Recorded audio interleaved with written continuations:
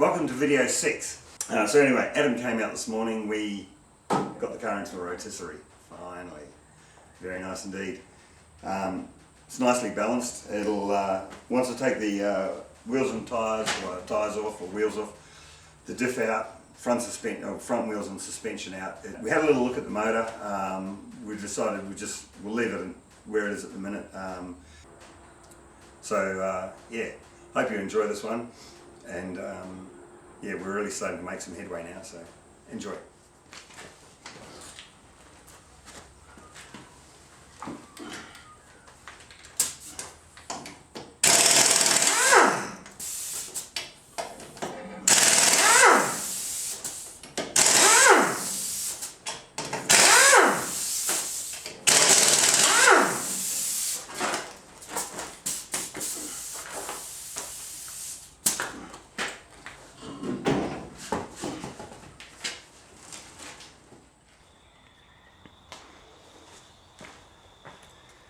I had to do a little bit of tweaking on the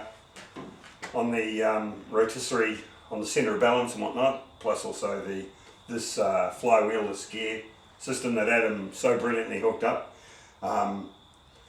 Because the car was out of balance, I put a lot of pressure on the little cog, and just the whole thing blew apart.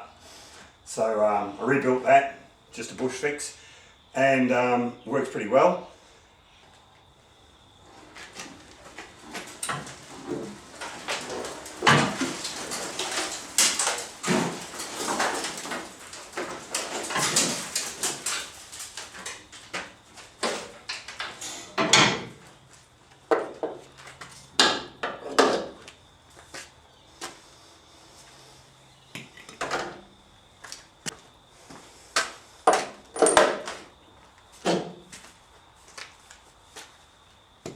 That easy, because I have very poor memory.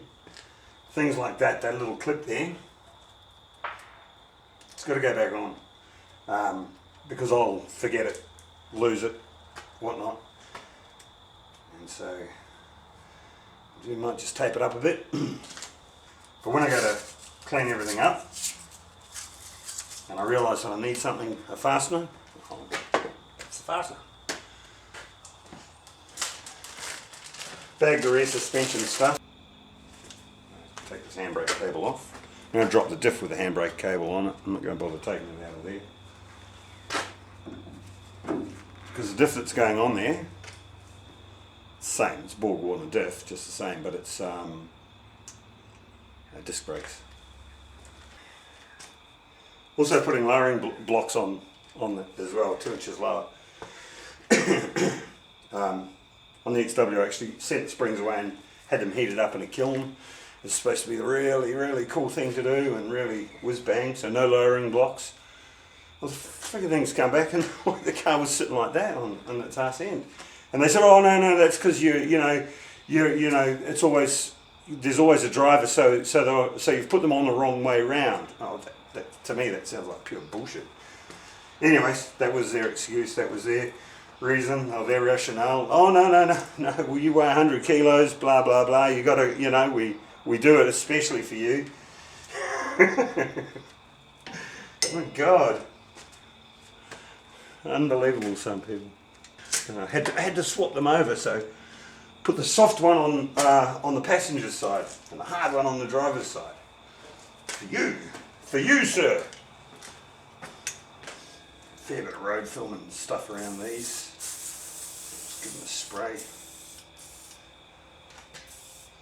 And this one here, my God. That U-bolt's broken. There's a roadworthy issue right there. My God. So we only got one U-bolt hanging on. Yeah, that one is missing.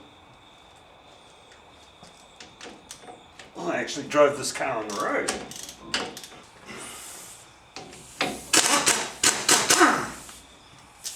Much easier.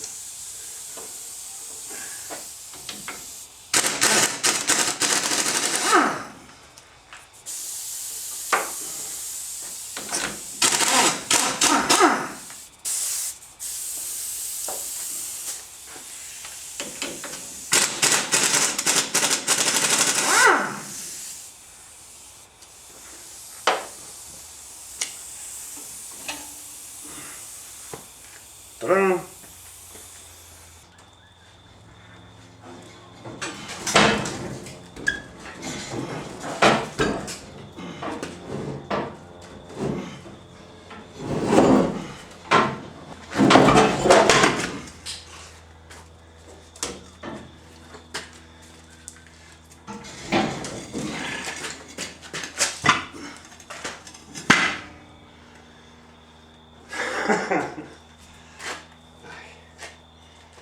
It's probably harder than it could have been. Yeah, I know everyone's saying trolley jack under the diff, mate. Fucking what are you, an idiot or something?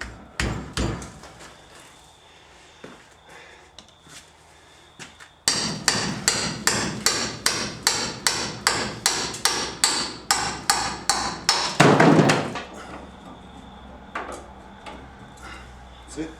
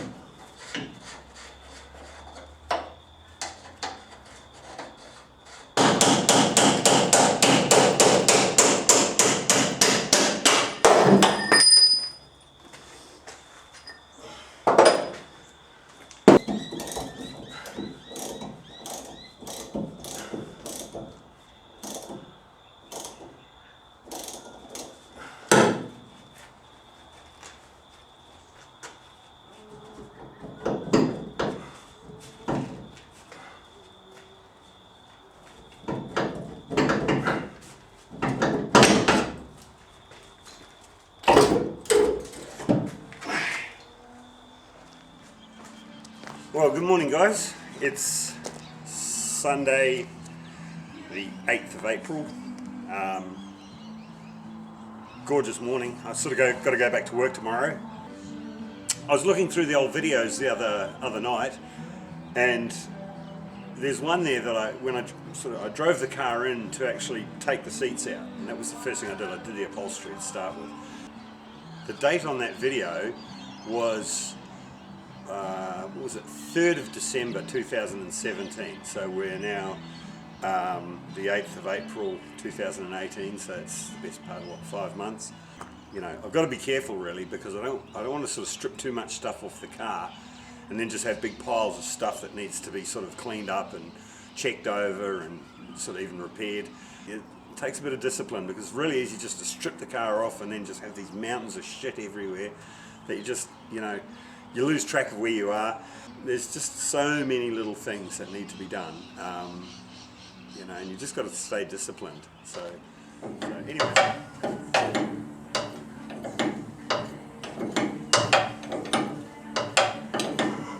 I remember how painful these things are. There's a mile of thread and it's really fine.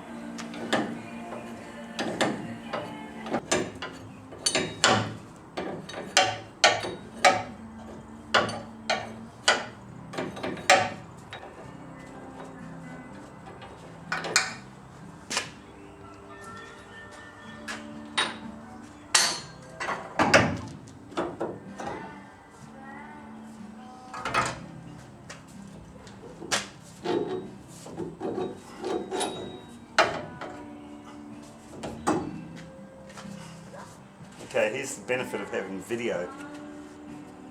Oh, these aren't all the thing. Yeah, they're just new.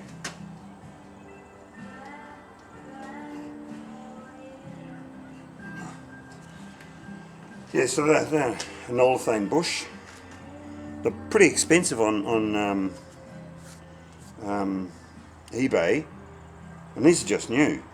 So obviously there's been a little bit of work done on it recently, maybe for a roadworthy or something.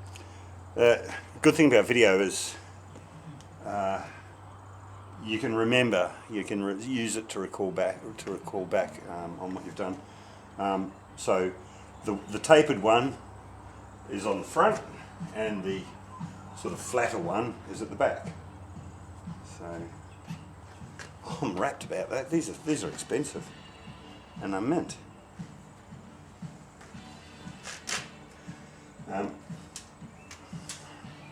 With these caster rods, what I did on the last car, I'm just going to clean that up with a wire brush and then just hopefully roll that off. But I pressed these out because they're just pressed in, and on a little spline there. And so I pressed them out and set them away and got them, you know, sounds a bit anal, but you know, they came back beautiful and gold, and the nuts that go on them are all gold, and new split pins. So, and I painted these up, they looked just killer. I mean, it's just a tiny little trivial part, but it's all those little tiny things that you do that just really kick ass, you know, and make the whole finished product look amazing. And you're going to get a roadworthy, once you finish the car, and the mechanic just looks underneath and he says, hey, you know, there's no point, because he can see that everything's been done, and you know, I like that. If you do a shonky sort of a job underneath, and the mechanic puts it on the hoist to give it a roadworthy, he's then still got he doesn't, you know, he won't trust what he's seeing, so he'll investigate deeper. But, right, the easiest way to get these out is just by using a larger socket over the back, throw it into the vice grips.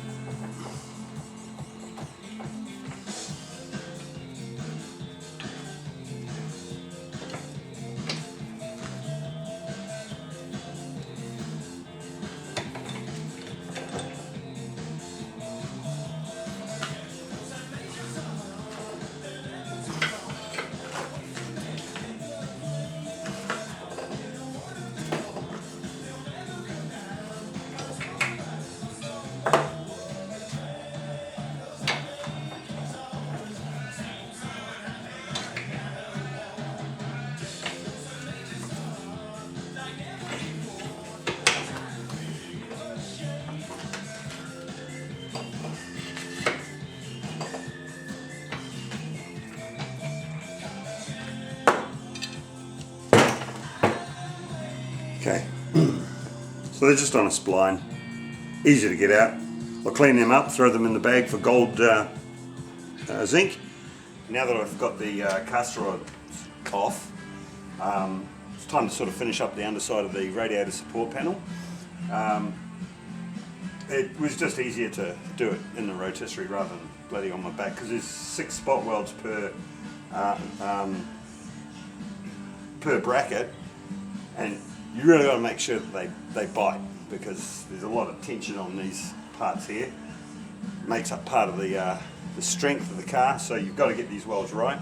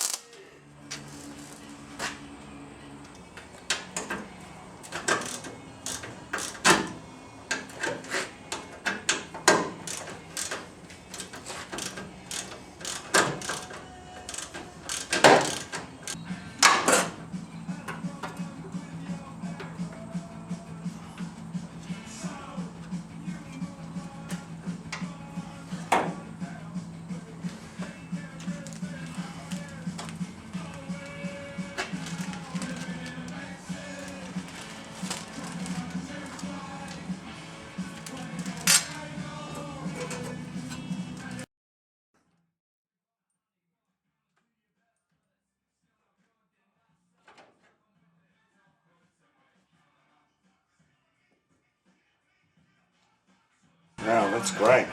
This is just a newie as well. This is a new part.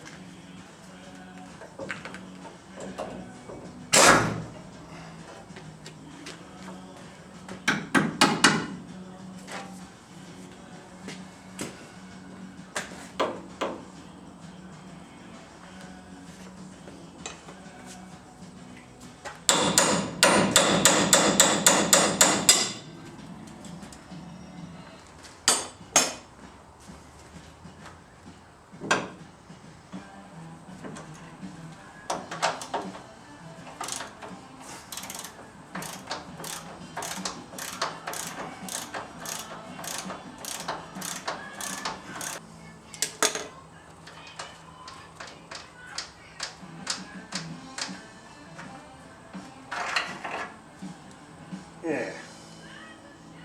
Remember these? They have a half a, well, they got a part of their washer is cut off for some reason, can't figure it out.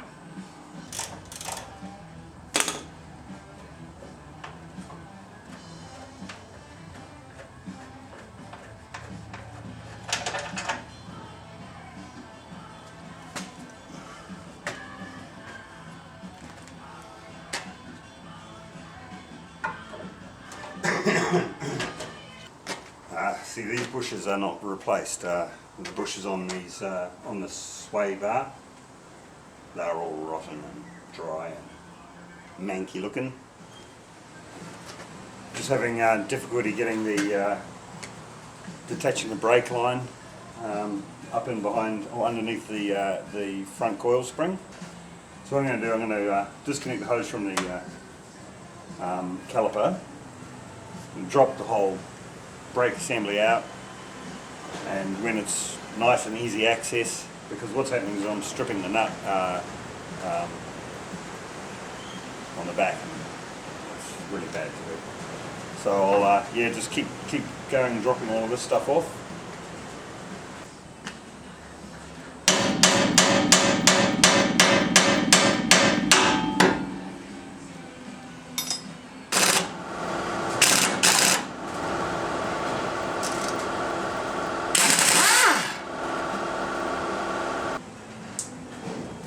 Okay, just watching the brake fluid dribble out of that caliper, and it's got shit all through it, you know. Chunky bits, little chunky bits. So I'm tipping it's probably a bit of rubber and maybe a little bit of metal. So I'll rebuild these calipers.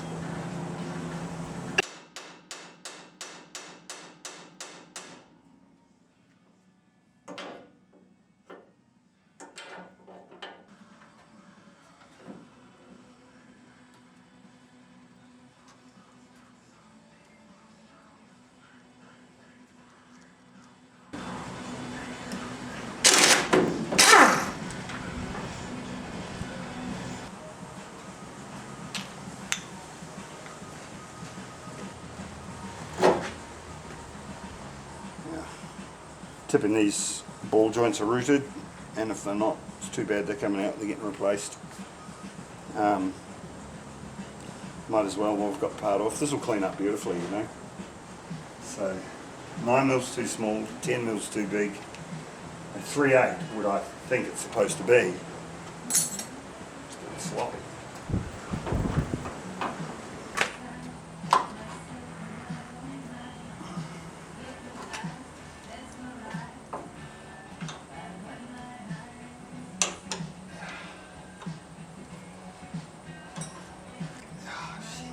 Got a problem here. So if I keep trying to undo that with this 3/8, I think it's actually a 10 mil, but it's, you know how these things here get a bit of slop in them. I'll just spin it into a round thing. So what I might do, see if I can drop the whole brake line out.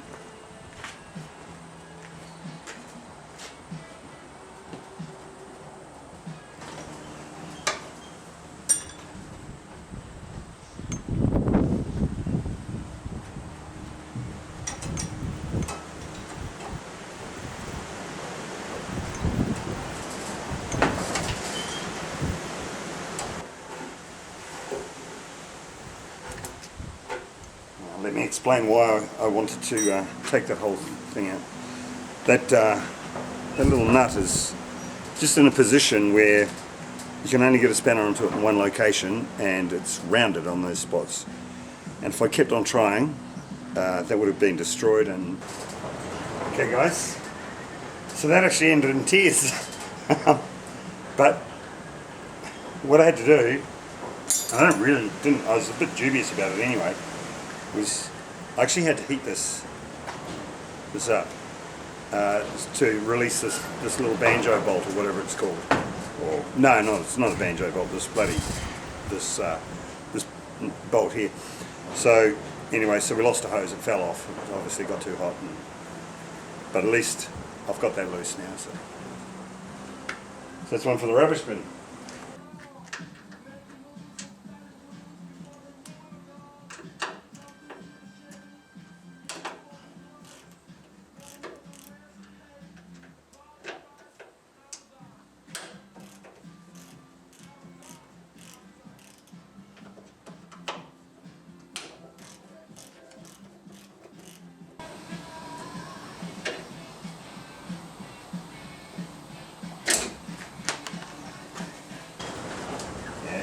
They're good. I don't know if I need to replace them. They look bloody really new.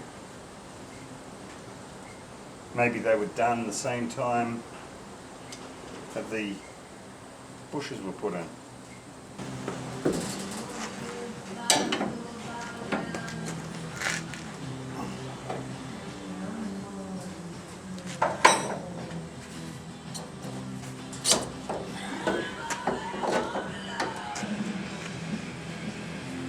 That is frightening.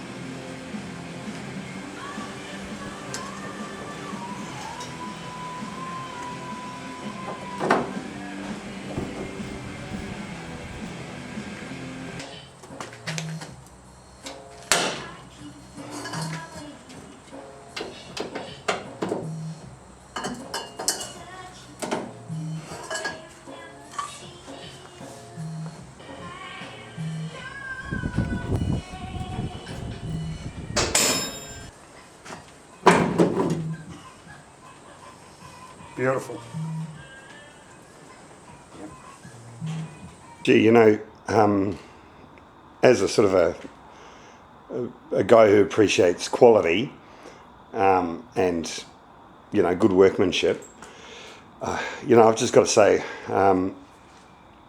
I've received this. I went and picked up the gearbox today, or the transmission today, and the guy, when I first spoke to this guy, he actually said, I don't want to do the job unless I can do what I want to do. And I sort of said, well, shit, how much is that going to cost me? And he said, look, you know, I'll try and keep the price down. He said, but we really need to reco it. It's an old gearbox. He had a look inside and he said, it looks pretty good. And he said, you know, so it shouldn't come to too much. And he sort of gave me an estimate of about $1,000. And you know, I went to collect it today and he showed me every single part that he'd pulled out of it and explained, you know, what was wrong with it. And, you know, showed me all of the parts that were replaced. Not that I was questioning his sort of, you know, his work, but he was just proud of his work and what he'd done.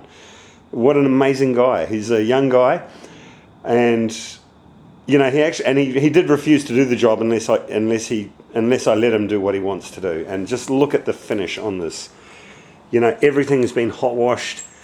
You know, I'll zoom in a bit. You know, beautiful new gaskets, all new seals. I think he's painted this. All the bolts are beautiful and clean. You know, if you look at the detail of his work, you know, just even this little sort of, there. You know, just everything is just spotless and immaculate. He's cleaned everything. You know, God, this is really good work. You know, I'm amazed. Really, really good work. What a guy. And $1,000 here is true to his word. And that's a full reco.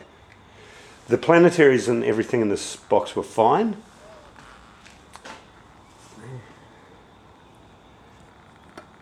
But look at that. You know, he's painted this black. He's painted that little lever black there. What a job.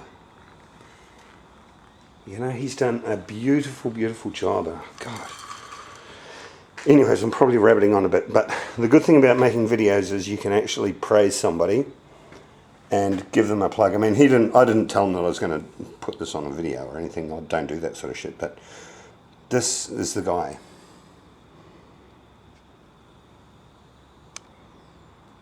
N&V Automatics in Seaford. And there. G'day guys. Well, as you've seen, the car's getting stripped down now. The result is, because everything's so easy to get to now, I'm just pulling parts off left, right and centre. Going to go with the 2-inch lowering blocks. I've had these for a few years. They've just been sitting around, and there's the U-bolts for them.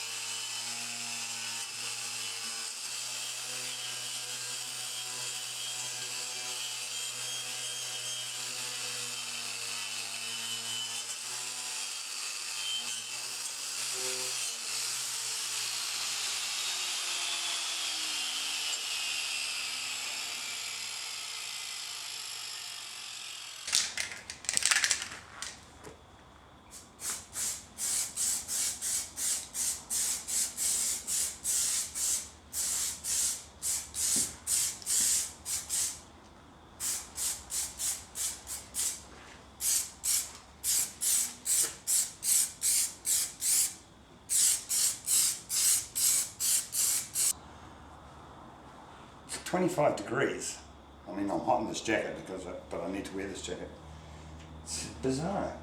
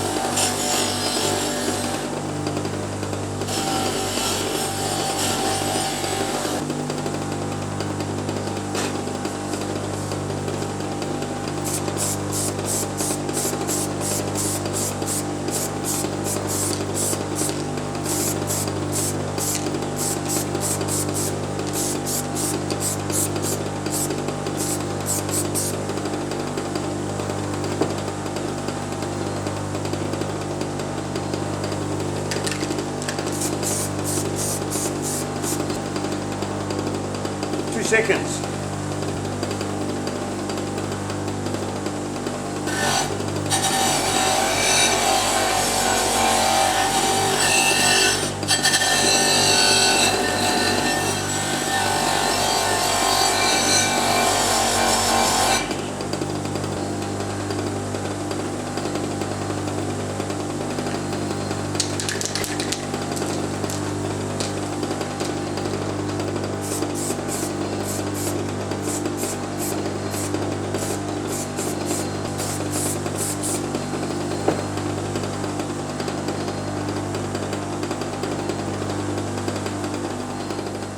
Well,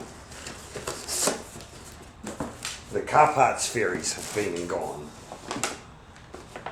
I've got the replacement Nolithane, the leaf spring saddles. It was quite a good price to buy them all together. These are the shackle bushes, and these are the front bushes. Okay, so they're the rear bushes for the springs, front bushes for the springs, and the saddles.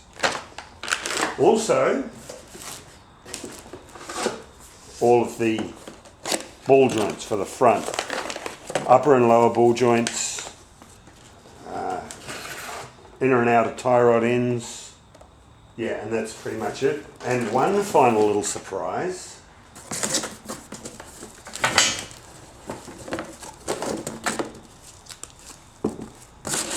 2-inch lower. Okay, so they're the front springs. Because I'm using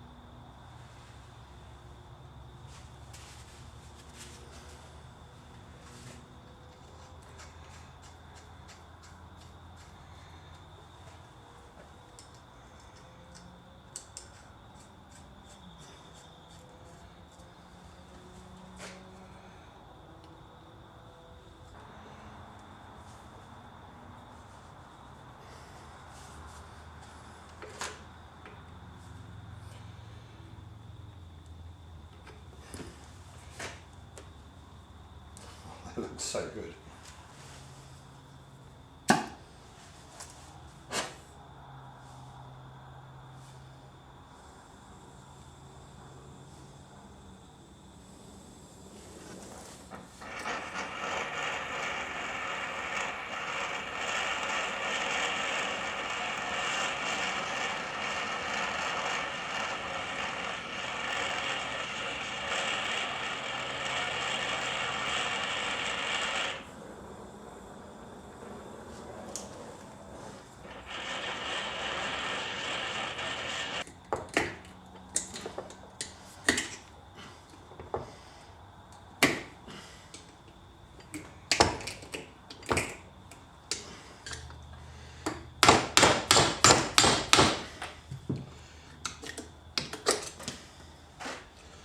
Oh my God.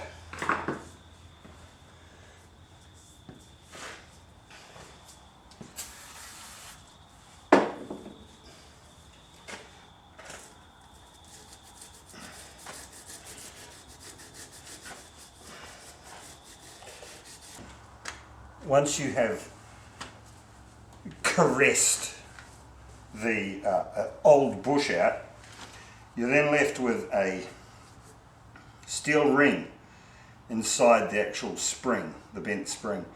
Now I'm tipping that has to be there. There's a sharp lip here which is going to rip your beautiful new Nolithane bush. Okay, so you have to get rid of that lip because it will tear it.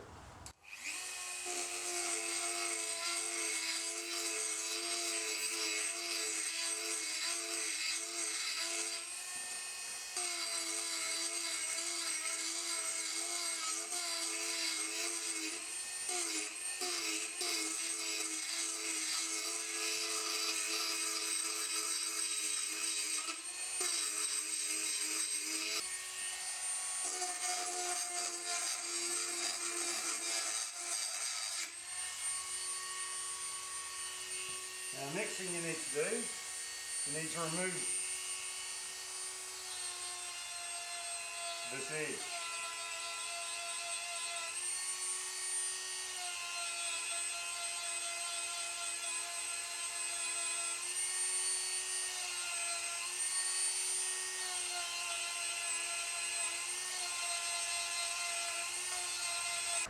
Now, you need a bit of grease.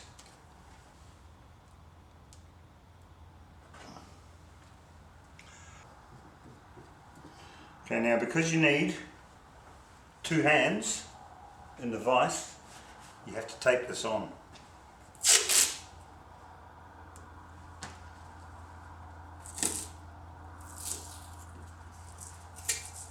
You need 1 hand to hold this and 1 hand to crank the vise.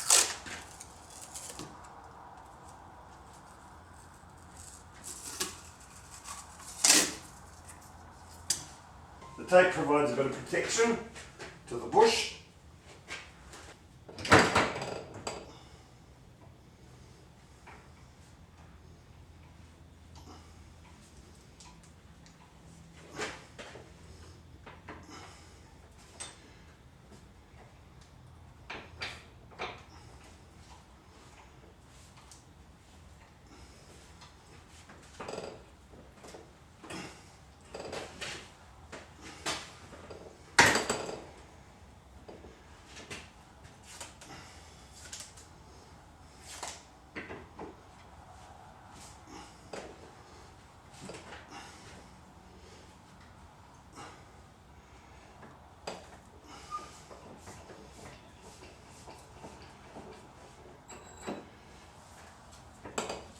That's one side done.